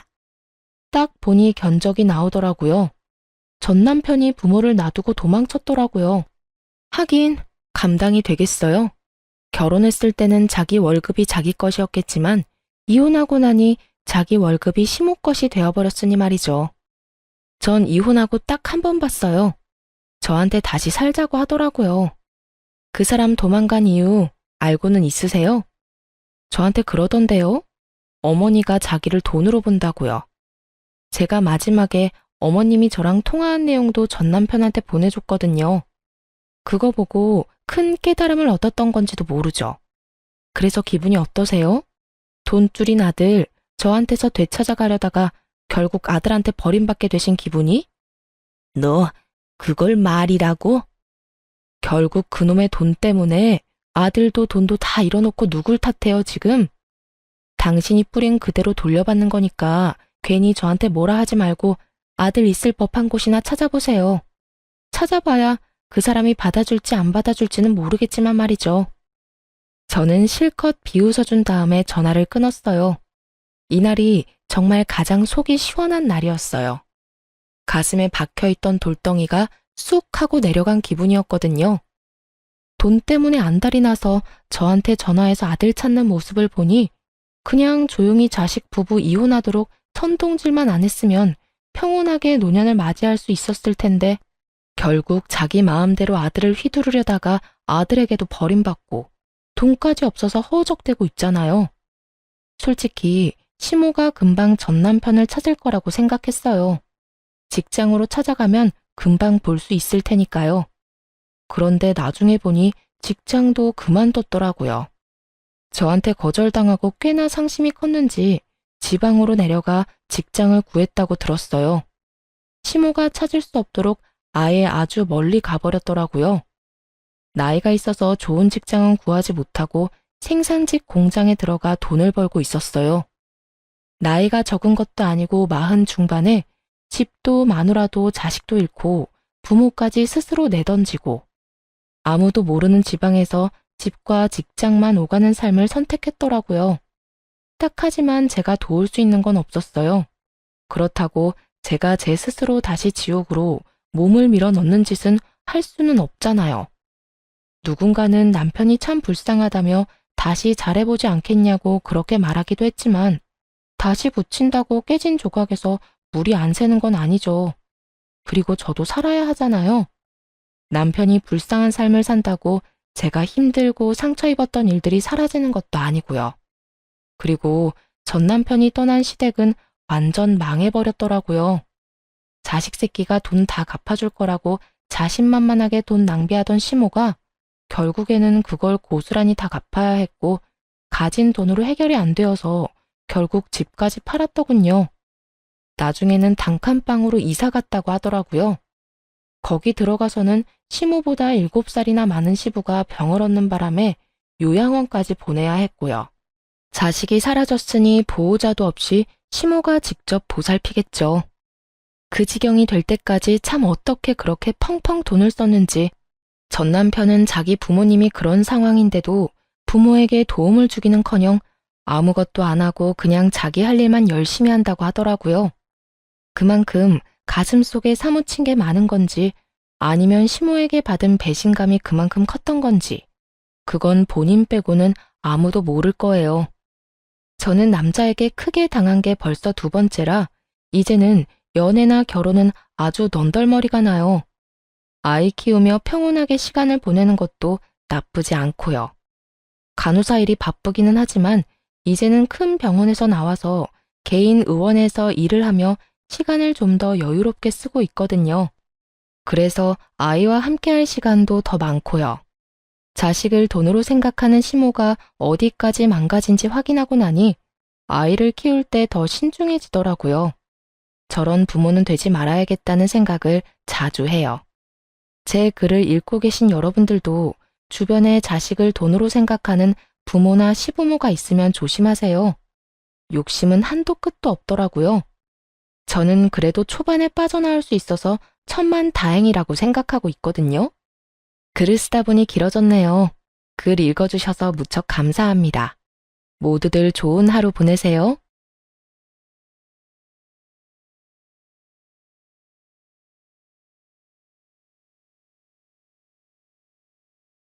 안녕하세요. 저는 서울에 살고 있는 40대 여자입니다. 저는 이혼한 지 꽤 시간이 흘러 결혼 생활에 대해 잠시 잊고 지냈는데요. 얼마 전 지난 사연들을 들어보다 저와 비슷한 이야기가 있어 문득 저의 그 시절이 떠올라 이렇게 사연을 보내게 되었습니다. 너무 오랜만에 꺼낸 이야기라 조금 정신없을 수도 있겠지만 최선을 다해 적어볼 테니 다들 많은 양해 부탁드립니다. 저와 남편은 결혼을 한 지 5년 차 된 부부였어요. 남편에겐 1살 차이 나는 형이 있었는데 저희가 결혼할 당시에는 미혼이었던 시숙이 독립하여 따로 살고 있었죠. 하지만 저희가 결혼식을 올리고 난 후 1년 뒤 결혼을 하게 된 시숙은 시댁에 들어가서 살더라고요. 시숙이 집을 마련할 능력이 안 되는 것도 아니었고 오히려 사업이 잘 되는 편이라고 들었는데 독립한 사람이 합가를 한다고 하니 의아할 수밖에 없는 상황이었어요. 심지어 형님 집안 역시 부유한 편이라고 들었던 터라 여러모로 갑작스러운 합가는 의아할 수밖에 없는 상황이었습니다. 그러던 어느 날 남편이 씩씩거리며 그 의아한 상황이 일어나게 된 이유를 설명해 주더라고요. 진짜 장남이면 다야? 짜증나 진짜. 왜 무슨 일인데? 아주버님이랑 다퉜어? 내가 형이랑 싸움이나 되겠어? 엄마가 형만 감싸고 도는데? 우리 엄마는 진짜 왜 그러는 줄 모르겠어. 요즘 세상이 어떤 세상인데 그저 장남. 혼자 살 때도 나가 살던 형이 결혼까지 했는데 왜 합가했다는 줄 알아? 엄마가 글쎄 사업자금을 대준다고 했대. 사업자금? 아, 그래서 합가하신 거야? 그래. 사업자금 주는 조건으로 합가하라고 했대. 형이랑 형수는 신나서 들어간 거고. 이게 말이나 돼? 우리 결혼할 때는 돈이 다 묶여서 땡전 한 푼 안 주시더니 형한테는 얼마나 들지도 모르는 사업자금을 지원해 주신다는 게 말이나 돼? 어디 차남 서러워서 살겠소? 남편은 분하다는 듯 씩씩거렸고 전 비로소 아주버님과 형님이 합가한 이유를 알게 되었죠. 사실 이 이야기를 듣는데 섭섭한 마음이 들지 않았던 건 아니었어요. 그저 그뿐 다른 생각은 맹세코 하지 않았어요. 시모가 가진 돈으로 시모 마음대로 쓰겠다는데 제가 뭘 어떻게 하겠어요? 그저 그런가 보다 하고 넘기는 수밖에요. 하지만 정작 남편은 그렇지 않은가 보더라고요. 씩씩거리며 섭섭한 마음을 표현하는 것을 넘어 저에게 효도를 강요하기 시작했으니까요. 아마 저와 남편이 시모에게 더 잘하면 본인에게도 콩고물이 떨어질 거라 생각하는 듯 했습니다. 여보, 이번 주 주말에 약속 없지? 없긴 한데 왜? 왜긴 왜야. 우리 집에 가야 할 거 아니야. 가서 엄마 비위도 좀 맞추고 반찬도 좀 해주고 오자. 왜? 어머님 나한테 뭐 섭섭한 거 있으시대? 아니, 그냥 좀 잘 보이자 이거지. 갑자기 왜? 어머님한테 밉보인 것도 아니고 어머님 나 예뻐하셔. 그 정도 예쁨으로 되겠어? 형수는 지금 그 집에서 실시간으로 쉬지 않고 엄마한테 아부떨고 있을 텐데? 당신은 뭘 몰라도 한참 모른다니까. 우리 엄마가 아빠한테 받은 유산이 얼마인 줄은 알아? 그 많은 재산 다 형한테 넘어가게 둘 거냐고. 우리도 부지런히 잘 보여서 조금이라도 받아와야 할 거 아니야. 이 무슨 뜬금없는 소리인가 싶더군요. 시모를 몰라도 한참 모른다는 생각이 들기도 했고요. 저희 시모는요, 앞서 남편이 말했듯이 저희가 결혼할 때도 땡전 한 푼 보태주지 않은 분입니다. 그래서 대출금 갚아 나갈 제가 안쓰러웠던 부모님이 현재 저희가 사는 집을 해주셨고요. 그런 시모가 아무리 합가를 조건으로 내세웠다고 한들 시숙에게 사업자금을 내준 이유가 뭐겠어요? 차남보단 장남, 시숙에게 뭐가 됐든 더 크게 물려주시겠다는 뜻 아니겠어요? 제 눈엔 훤히 보이는 시모의 의중이 남편의 눈엔 보이지 않는 듯했고 저를 끌고 끝까지 시댁으로 데리고 가더군요. 제발 부탁이라는 말까지 하면서요. 저는 남편이 부탁이라고까지 하니 남편의 뜻에 따라주기로 했어요. 남편의 뜻대로 반찬도 만들고 시모에겐 늘 그렇듯 싹싹하게 굴고요. 남편 역시 저 못지않게 시모에게 잘하려고 했고 그렇게 몇 년 동안을 저에게 효도를 강요했어요. 그 시간 동안 제가 시모에게 잘한 건 재산 때문은 아니었어요.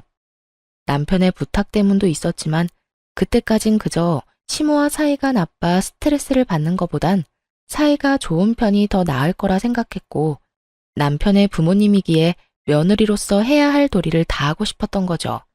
거기에다 시모와 함께 사는 형님의 안색이 날이 가면 갈수록 좋지 않아지니 딱 발길을 끊을 수도 없더라고요. 어머님, 형님, 저 왔어요. 왔어, 동서? 어머, 이건 다 뭐야? 그렇지 않아도 바쁜 사람이 빈손으로 오지. 매번 뭘 이렇게 바리바리 싸서 와? 에이, 이 정도 반찬 만들 시간은 있어요. 저희 먹을 거 만드는 김에 조금 더 만들면 되는걸요. 그런데 형님 안색이 어디 아파요? 안색이 너무 안 좋아요. 나? 아니, 그냥 좀 피곤해서 그래.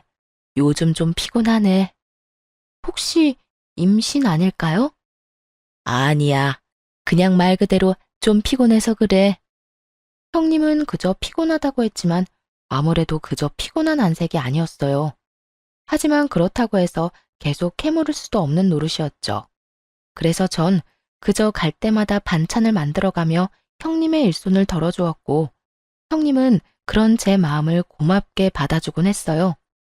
제가 이렇듯 효도를 가장해 형님에게 도움을 주는 사이 남편은 시모에게 잘 보이려 갖은 노력을 하더군요. 엄마, 아들 왔어. 왔니? 바쁠 텐데 뭘 이렇게나 자주 와? 자주는 무슨? 생각 같아서 나도 들어와서 살고 싶은 걸 참고 있으니까 그런 섭섭한 말 하지 마. 아픈 데는 없지? 식사는 하셨어? 오늘도 엄마 며느리가 엄마 드시라고 반찬 만들어 왔어. 엄마 둘째 며느리 음식 좋아하시잖아. 나밖에 없지? 음식은 며느리가 만들었는데 생색은 왜 자기가 낸대? 웃기는 녀석일세. 둘째야, 고생했다. 매번 이렇게 싸우는 거 힘들지 않아? 네, 괜찮아요. 저희 거 하는 김에 더 하면 되는 거예요. 형님은 어머님까지 모시고 사는데 저는 이런 거라도 해야죠. 맛있게 드셔주시니 그저 감사하답니다. 모시고 살기는 무슨, 내가 모시고 사는 거지. 내 집에서 내 돈 쓰면서 편하게 사는데. 이런 분위기로 만들려고 한 말은 아니었는데 순식간에 찬물 엎은 분위기가 되어버리니 어찌해야 할 바를 모르겠더라고요. 제가 아무런 대답도 하지 못하고 미안한 마음에 형님 눈치를 살피는데 형님이 저를 보며 괜찮다는 입모양을 해주며 미소를 지어주더라고요. 남편 역시 갑자기 싸해진 분위기를 살피다 시모의 기분을 풀어주려 애썼고요. 에이, 우리 엄마 또 이런다. 우리 엄마 시장하시구나. 얼른 식사합시다. 자자, 둘째 며느리가 만든 비장의 반찬 장조림도 있다고요. 얼른 식사들 합시다. 이 녀석이 하여튼 누가 막내 아니랄까봐 애교만 많아서는 내가 우리 둘째 때문에 웃고 산다. 웃고 살아. 당연하지. 둘째 아들이 최고지. 그래, 최고다. 시모는 결국 남편의 애교에 웃어 보였고 그제야 전 안도의 한숨을 내쉴 수 있었습니다. 그날 이후 전 형님의 안색이 나쁠 수밖에 없었던 이유를 알 것만 같았고 전보다 더 자주 시댁을 오가며 반찬을 가져다 주었어요. 아마 모르긴 몰라도 시모의 시집살이로 형님이 고된 것 같은데 먹거리 걱정이라도 덜어주고 싶었던 것이었죠. 제가 이렇게 하는 만큼 남편 역시 노력하고 있었지만 시모는 여전히 남편에게 최고라는 말만 할 뿐 남편이 바라는 그 어떤 것도 주지 않고 있었죠. 그렇게 시모가 가지고 있던 건물은 하나 둘 처분해 시숙의 사업 자금으로 들어가고 있었고 남편은 점점 초조해하더군요. 이번에 또 건물 내놨다고 하던데 이제 진짜 얼마 안 남았어. 형은 도대체 뭔 사업을 어떻게 하길래 돈이 그렇게나 드는 걸까? 난들 알겠어? 나도 사업의 사자도 모르는 사람인데? 그냥 뭐 사업 확장하거나 새로운 아이템 개발 중이거나 그렇겠지. 원래 사업하면 돈 많이 든다고들 하잖아. 남 이야기해? 당신이 왜 그렇게 태연해? 난 하루하루가 피가 마른다고. 이제 정말 며칠 안 남았는데 저러다 형한테 다 주면 어떻게 해? 어떻게 하긴 어쩔 수 없는 거지. 그러지 말고 당신도 이제 마음 내려놔. 주시면 감사하게 받고 아니면 어쩔 수 없는 거지. 당신이 그렇게 애타게 빈다고 해결될 문제가 아니잖아. 나도 알아, 안다고. 그래도 욕심이 나는 걸 어떻게 해? 아쉬운 마음이 드는 걸 어떻게 하냐고. 당신은 정말 욕심 안 나? 안 아쉬워? 나도 사람인데 욕심 나고 아쉽기도 하지. 그 건물 한 채면 이렇게 힘들게 회사 생활 안 해도 될 텐데 싶은 순간도 있고. 그런데 어쩔 수 없는 일이잖아. 내가 노력한다고 한들 안 되는 일인 걸 어쩌겠어? 확실하지도 않은 일에 헛된 희망 품으면서 괜한 시간 낭비하고 싶지 않아. 그러니까 당신도 조금만 내려놔. 그래야 당신도 스트레스 덜 받지. 남편은 입을 삐죽이며 알겠다고는 했지만 전혀 조금도 안 사람 같지 않았어요. 그 뒤로도 여전히 시모를 떠보기도 하고 부동산을 돌아다니며 매물들을 확인하는 것 같았거든요. 이런 남편의 모습이 한심한 적도 많았지만 남편의 마음을 전혀 이해하지 못하는 것도 아니었기에 그저 지켜만 봤습니다. 저는 당사자가 아니라서 그러려니가 될 수 있지만 당사자인 남편의 입장에선 같은 자식인데 오로지 시숙에게만 그 많은 재산이 들어가니 시샘 날만하다는 생각도 있었으니까요. 하지만 마지막 건물이 남았을 때 남편은 애가 탈 대로 탄 것인지 저에게 화를 내며 선을 넘기 시작하더군요. 당신은 도대체 엄마한테 어떻게 하고 있는 거야? 잘하고 있는 건 맞아? 남편의 신경질적인 목소리에 저 역시 그간 참아왔던 화가 터져버렸고 목소리가 절로 날이 선 채로 흘러나왔어요. 보면 몰라? 나 정도면 며느리 중에서도 잘하는 편이야. 자주 전화해서 안부 인사도 하고 음식 맛있게 되면 가져다 드리기도 하고 말이야. 이 정도면 됐지 뭘 얼마나 더 하란 말이야. 더 해, 더 하라고. 엄마 입안에 혀처럼 굴란 말이야. 건물 이제 한 채 남은 거 알지? 당신이 그 정도는 해야 그 건물 나한테 줄 거 아니야. 그 건물 받으면 나 혼자 좋은 줄 알아? 당신한테도 좋은 일이라고. 이쯤 되니 남편의 정신 상태가 궁금했어요.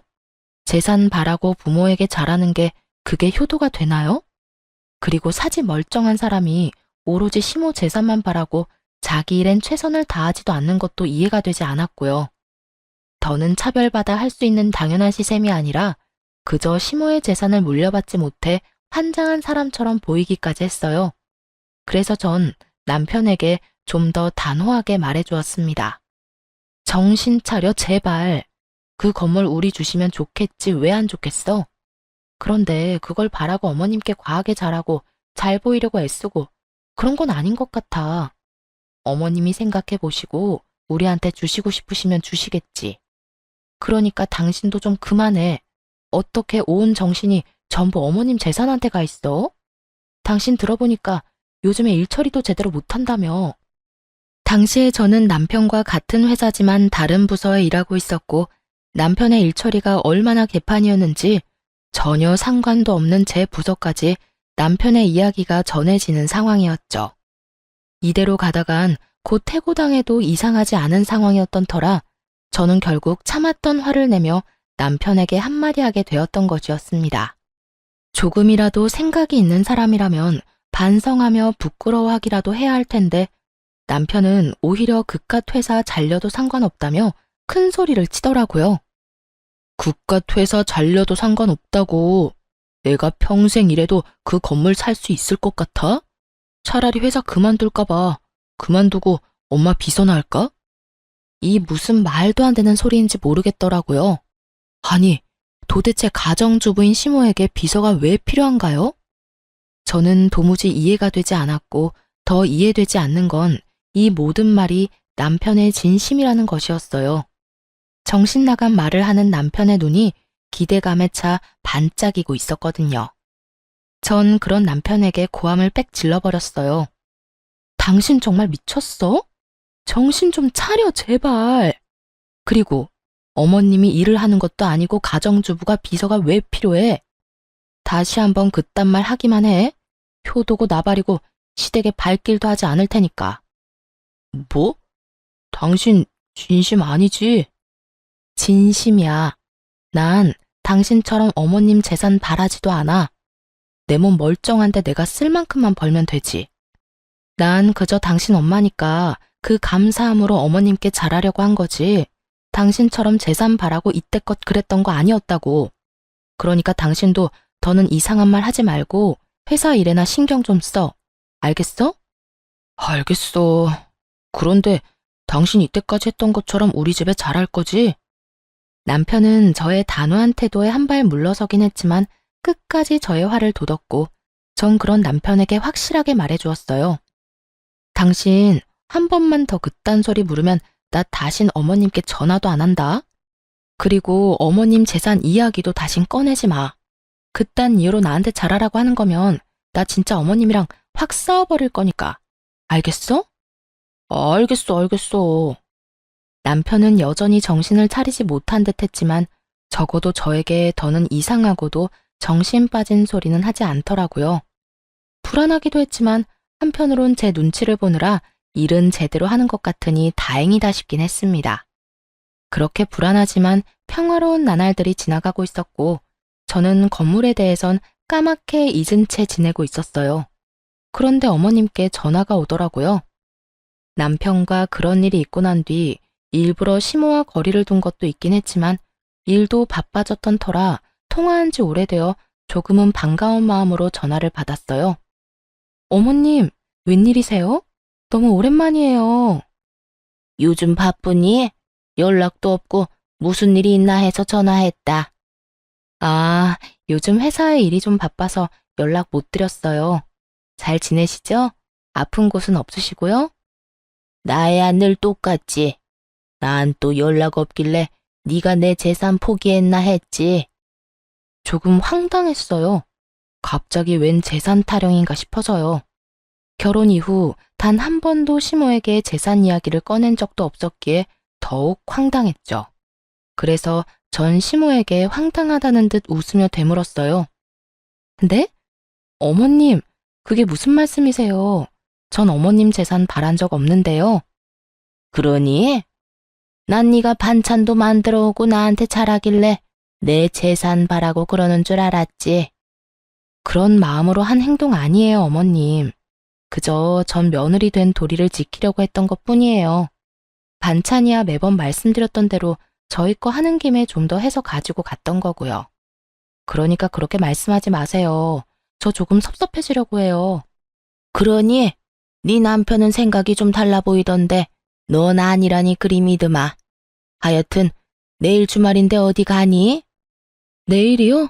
정해진 건 없는데 왜 그러세요? 무슨 일 있으세요? 아무 일 없어. 다름이 아니라 약속 없으면 와서 반찬 좀 하거라. 네가 만든 반찬이 먹고 싶구나. 이상했어요. 단 한 번도 이런 말을 먼저 한 적이 없었던 시모인데 갑자기 전화까지 한 것을 포함해 여러 가지로 석연치 않더라고요. 왜인지 이상한 예감이 들기도 했고요. 무언가 이상하다는 생각이 들자 가고 싶지 않은 마음이 굴뚝이긴 하지만 이미 약속이 없다고 말해버린 전 하는 수 없이 가기로 약속을 해버렸죠. 그러면 내일 그이랑 같이 갈게요. 그래, 먹고 싶은 거 문자로 보낼 테니 올 때 대충 장 좀 봐오고. 네, 어머님. 전화를 끊자마자 시모에게선 먹고 싶은 음식 리스트들이 왔고 대부분 시모가 좋아하는 음식이 아닌 형님이 좋아하는 음식들이더군요. 더욱 싸한 기분이 들었지만 일단 전 남편과 함께 장을 봐 시댁으로 가게 되었습니다. 길게 생각해봤자 답은 없고 일단 가서 어떤 일이 일어나고 있는지 제 눈으로 확인하는 것이 빠르다는 생각에서였죠. 그렇게 전 온 신경이 곤두서 있는데 이러한 제 생각은 전혀 모르는 남편은 그저 제가 장까지 봐서 오랜만에 시댁에 간다는 사실에 한껏 신이 났더라고요. 여보, 무슨 바람이 불어서 우리 집에 가자고 했어? 이렇게 장까지 봐서 말이야. 어머님이 좀 오라고 전화 왔더라고. 나는 마음이 심란한데 당신은 그저 신나? 나는 신나지. 그동안 당신이랑 우리 집 가고 싶었는데 당신이 싫다고 할까봐 말도 못 꺼내고 있었는데 이렇게 당신이 먼저 우리 집에 가자니까 당연히 신나지 않겠어? 그런데 당신은 왜 심란해? 그냥 느낌이 안 좋아. 꼭 무슨 일이 일어날 것만 같은 기분이야. 일어날 일이 뭐가 있어. 그냥 엄마가 당신 음식 먹고 싶은가 보지. 아, 당신은 참 좋겠다. 그렇게 온 세상이 간단하고 밝기만 해서. 부럽다, 부러워. 남편은 저의 비꼬는 말에도 그저 신나서 이리저리 방방 뛰어댔고 전 그런 남편을 끌고 시댁으로 향했어요. 시댁에 도착하니 집골이 말 그대로 엉망진창이더라고요.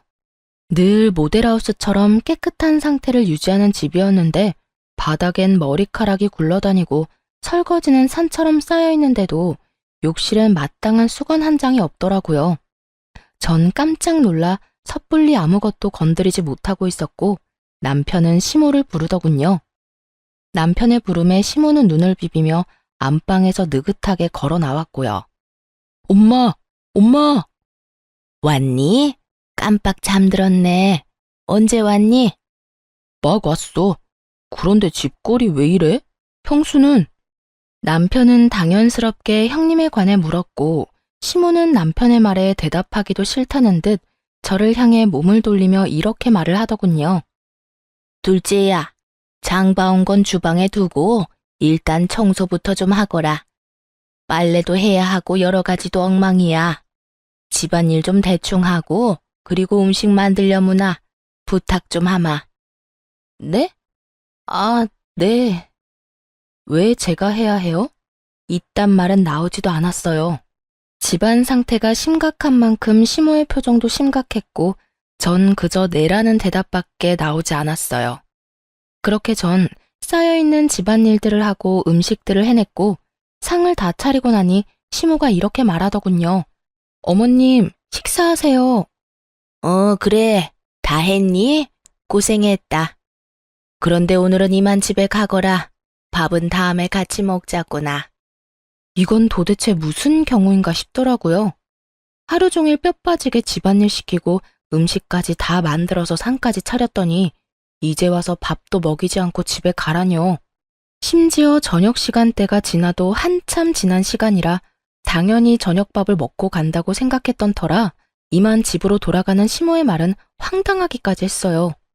남편 역시 저와 생각이 같았는지 시모에게 되물어보더라고요. 어? 집에 가라고?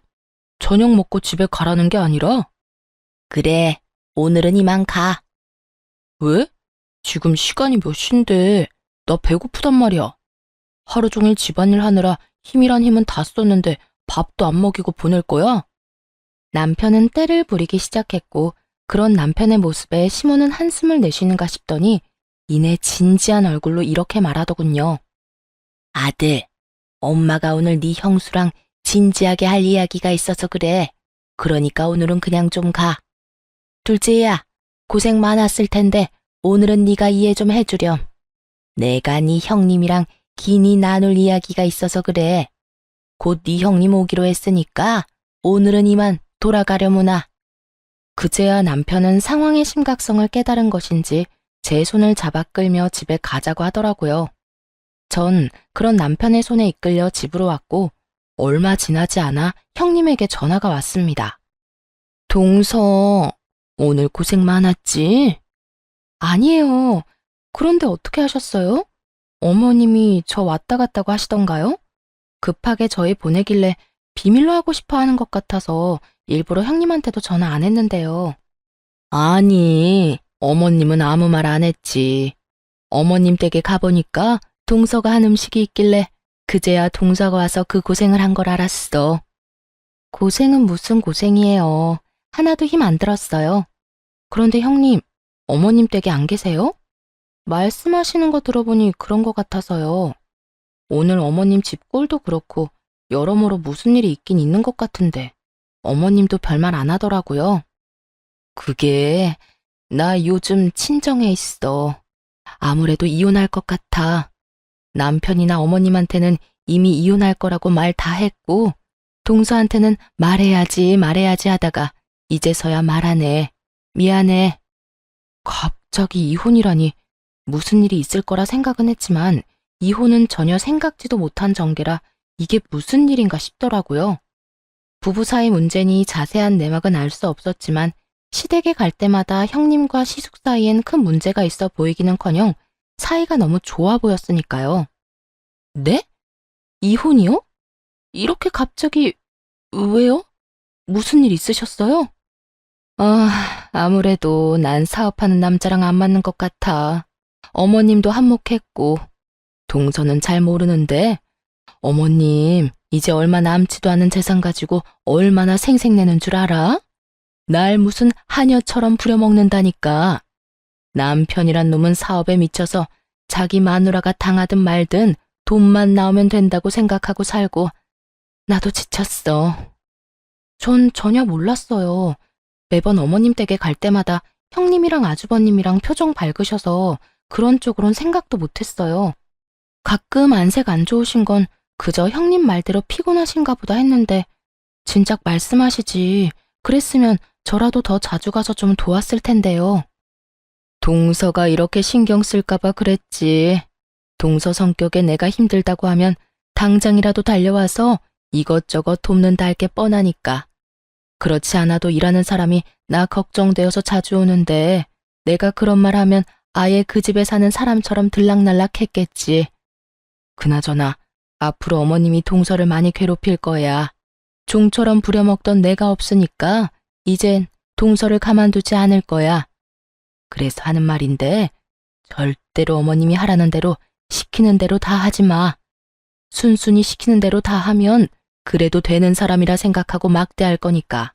알겠지? 상황이 이렇게 돼서 미안해, 동서. 평소 형님과 사이가 좋았던 게 이럴 땐 큰 도움이 되더라고요. 형님은 그 뒤로도 나에게 당부와 걱정 어린 우려들을 긴 시간 쏟아내 주었고 전 형님 덕에 그간 몰랐던 시모의 모든 것을 알게 되었습니다. 시모는 그간 형님을 종부리듯 사람을 부려먹었다고 하더라고요. 시모는 정말 손가락 하나 까딱하지 않았고 형님이 너무 힘이 들어 인상이라도 찌푸리는 날엔 불호령이 떨어졌다고 했어요. 남편 잘 만나서 넓은 집에서 호강하는 주제에 그 정도 일이 힘드냐면서요. 그러면서 그런 식으로 힘든 티 내면 정말 삶이 힘들게 만들어주겠다고도 말했다더군요. 시숙의 사업 자금을 끊어버리겠다는 말이었죠. 형님은 시숙의 앞길을 막을 수 없었기에 그저 시모가 시키는 대로 호구처럼 살았고 이 모든 상황을 시숙은 뻔히 다 알면서도 그저 지켜봤다고 하더군요. 그런 날들이 반복되자 형님은 결국 폭발해버렸고 시모와 대판 싸우고 집을 나와버렸다고 했어요. 그러면서 하는 말이 앞으로 제가 타깃이 될 테니 조심하라고 당부 또 당부해 주더라고요. 형님의 말을 들으면서도 설마 나에게까지 그런 짓을 할까 했는데 상황은 형님의 말처럼 흘러가더군요. 그간 저에게 먼저 연락을 잘 하지도 않던 시모는 틈만 나면 저에게 연락을 해 이것저것 시켜 먹으려고 들더라고요. 둘째야, 오늘 회사 마치고 집으로 좀 오거라. 오늘이요? 그래, 오늘. 와서 화장실 청소도 좀 하고 수건도 좀 삶거라. 수건이 영 시원치가 않아. 푹 삶아야 때도 지고 뽀송뽀송하기도 하고. 아, 그리고 오는 김에 장도 좀 봐오고. 돈은 오면 줄 테니 장 보는 김에 과일도 좀 넉넉히 사와. 과일도 다 떨어져 가니까. 알겠지? 그러면 오는 걸로 알고 끊으마. 말이 좋아야 부탁이지. 이건 뭐 앞으로 절 호구 취급을 하겠다는 선포와도 같더군요. 형님에게 들은 말이 없었다면 그놈의 며느리로서 해야 할 도리라고 생각하며 호구 잡히는 줄도 모르고 시댁으로 갔겠지만 들은 말이 워낙 많았던 저는 시모에게 뭐 하나라도 효도하고 싶어 안달이 난 남편에게 전부 넘겨버렸어요.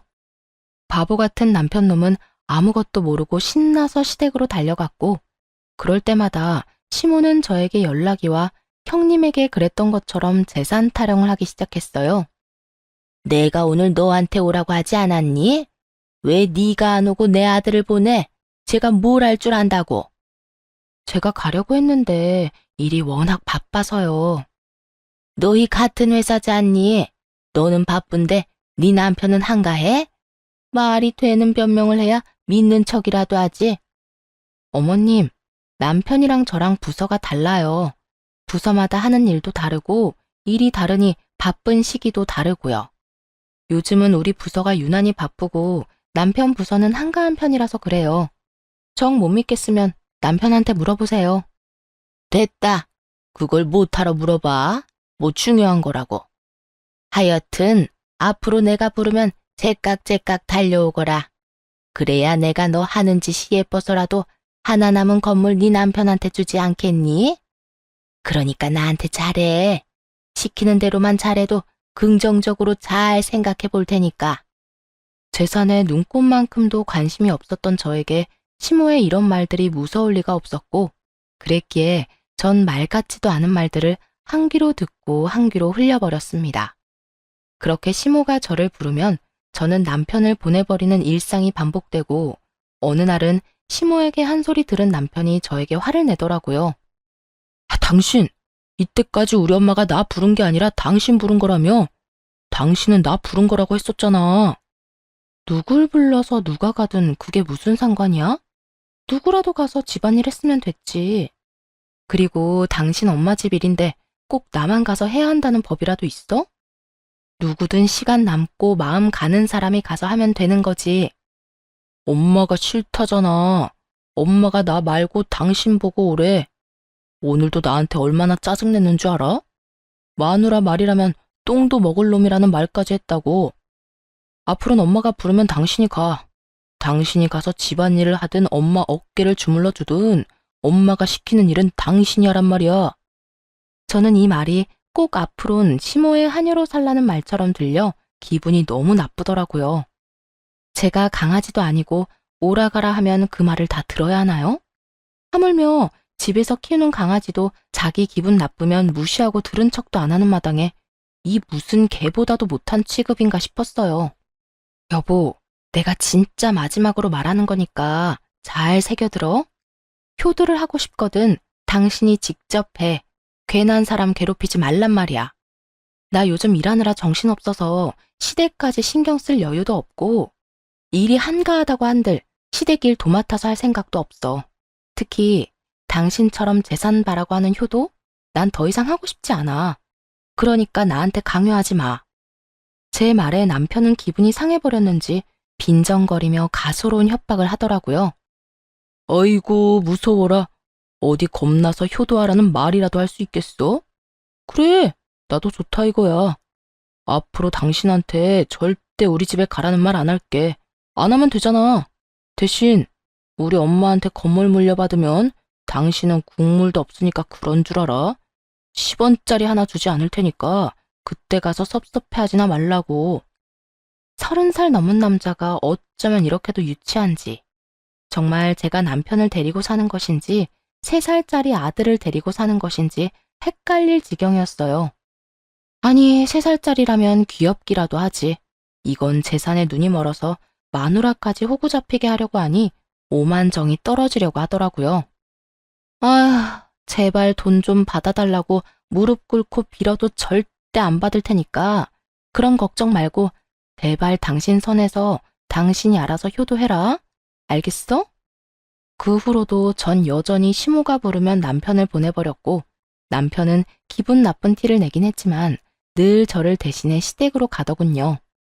그러던 어느 날 시댁으로 간 남편이 시모와 함께 집으로 돌아오는 것이 아니겠어요? 남편의 양손엔 시모의 짐이 가득했고 전 무슨 일인지 물었어요. 어머님, 갑자기 무슨 일이세요? 당신 손에 그건 뭐야? 무슨 짐이야? 저의 물음에 남편은 제 눈치를 살피며 조심스럽게 말을 꺼내더라고요. 이게 뭐냐면 우리 엄마 짐이야. 한동안 우리 집에서 지낼까 하고. 남편의 눈치를 보아하니 남편이 계획한 일은 아닌 듯했고 시모가 독단적으로 밀어붙인 듯했어요. 남편은 지나치게 제 눈치를 살피고 있었고 그런 남편의 행동이 마음에 들 리 없었던 시모는 저를 쏘아보며 당당하게 제 집에서 살겠다고 선포하더라고요. 뭘 그렇게 눈치를 보면서 말해? 나 한동안 여기서 좀 지내마. 너도 들어서 알겠지만 첫째네 결국 이혼했어. 그것 때문에 우리 장남이 속이 많이 상하는지 술을 마시고 집에 들어오는 날이 잦아져서 내가 잠을 통 못 자고 있고 말이다. 그래서 한동안은 내가 여기서 지내면서 기력 회복 좀 하려고 한다. 이건 무슨 자다가 봉창 두드리는 소리인가 싶더라고요. 아니, 시숙이 이혼을 했는데 왜 우리 집에 오는 건가요? 시숙이 술에 취해 집에 오면 앞으로 술을 자제하라고 하면 되는 일 아닌가요? 왜 애꿎은 우리 집에 와서 다짜고짜 살겠다고 하는 것인지 이해가 되지 않더라고요. 저에게 상의 한마디도 없이요. 저도 며느리로서의 도리 참 좋아합니다. 그런 저라도 이건 아니라는 생각이 들더라고요. 지금 이 자리에서 이 사태를 허용하고 넘어간다면 그 후에 일어날 일이 불보듯 뻔했으니까요. 아니요, 어머님. 전 싫습니다. 내가 잘못 들은 것 같은데 방금 너 뭐라고 그랬니? 싫다고 그랬니? 네, 싫어요. 저는 어머님이랑 같이 사는 거 생각도 해본 적 없어요. 아니, 100번 생각해 본다 한들 싫어요. 너 정말 이딴 식으로 나올 거니? 내가 여기서 평생 산다는 것도 아니고 잠시 좀 지내다가 가겠다는데 그것도 안 된다 이 말이니? 시모는 저의 당돌함이 어이가 없다는 듯 되물어오더라고요. 마치 당연히 네가 해야 할 일인데 왜 안 된다고 하는지 이해가 되지 않는다는 투로요. 전 그런 시모의 말투가 더욱 마음에 들지 않았고 제대로 알아듣도록 더욱 강하게 말을 했어요. 네, 싫어요. 어머님은 잠깐이라고 하지만 그 잠깐이 1년이 될지 10년이 될지 누가 알겠어요? 어머님 형님께도 잠깐만 같이 살자고 해놓고선 4년을 부려먹으셨다면서요. 전 죽어도 그렇게는 못 사니까 그런 줄 아시고 돌아가 주세요. 전 단호했고 그런 저의 태도에 남편이 더 놀라 저를 뜯어말리기 시작하더군요. 당신 미쳤어? 엄마한테 지금 그게 무슨 말이야? 말투는 또 그게 뭐고? 얼른 사과드리지 못해? 얼른 싹싹 빌고 엄마가 쓸 빵 청소나 해. 얼른. 싫어. 내가 왜 그래야 하는데? 그리고 당신 잊었나 본데 여기 우리 집에서 해준 내 집이야.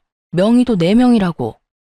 이딴 집 몇 푼이나 한다고 이 유세인지 모르겠네.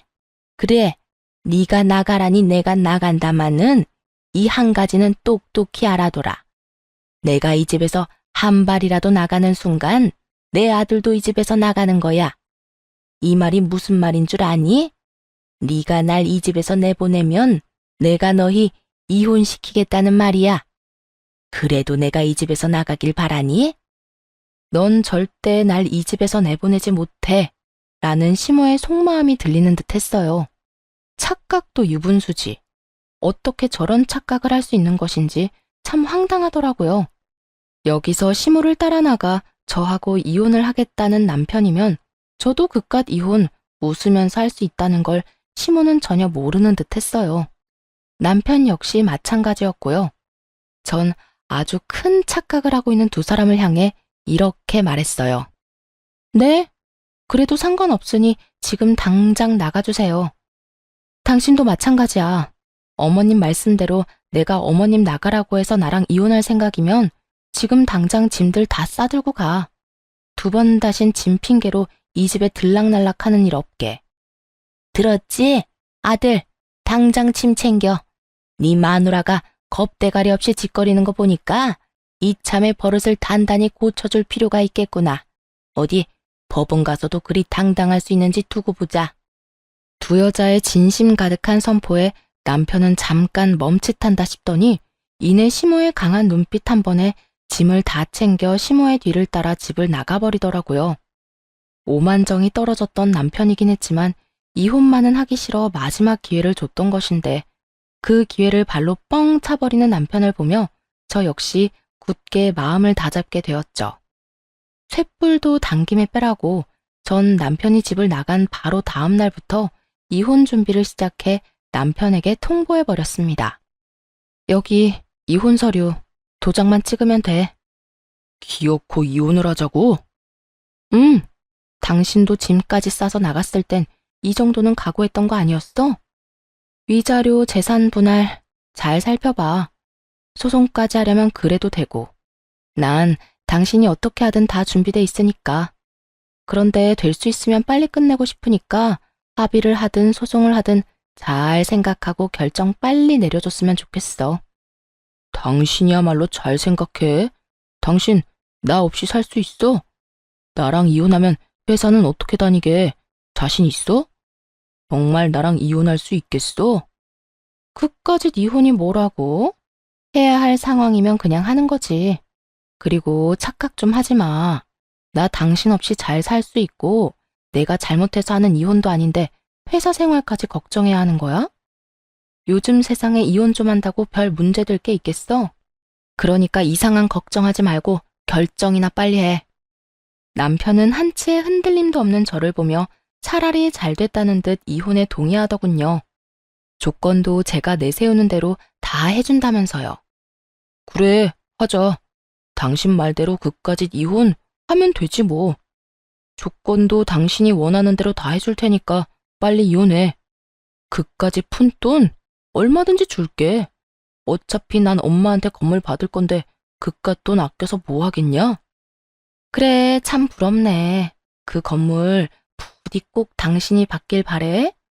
그러면 합의한 걸로 알고 있을게. 법원에서 보자.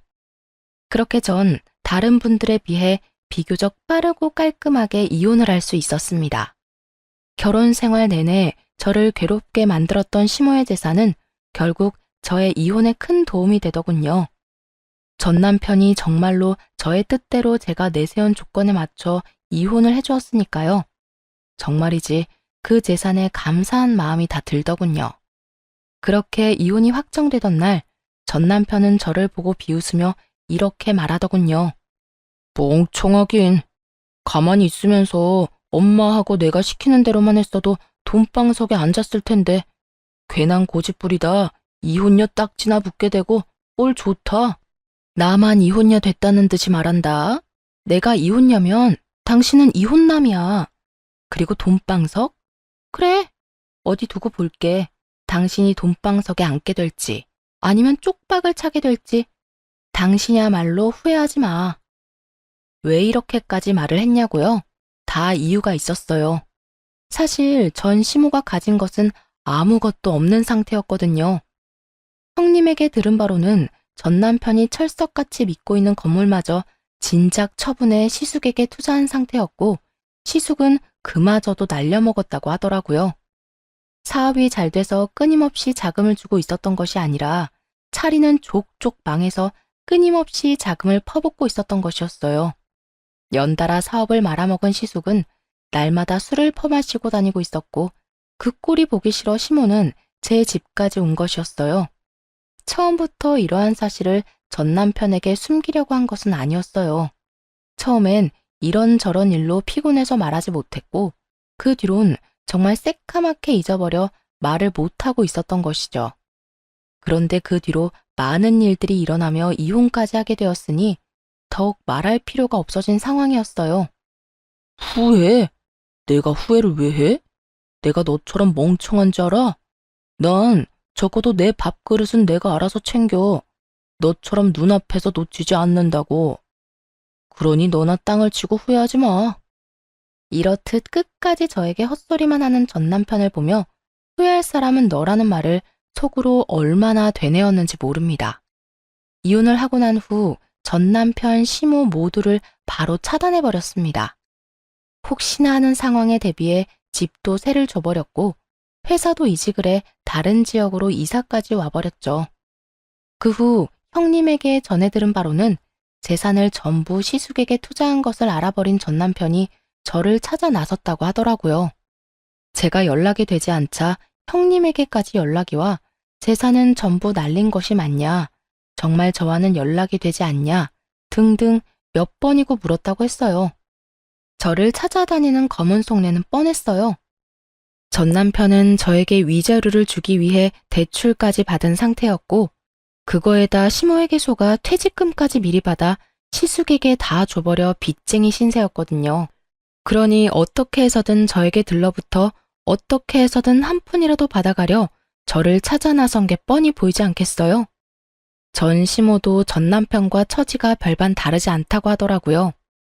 어머님도, 아니, 그 아줌마도 별반 다르지 않아. 있는 재산 다 첫째 아들한테 다 갖다 주고 깡통 차니까 둘째 아들 돈까지 끌어다 난리를 부리다가 이혼까지 하게 만들었으니 어쩌겠어?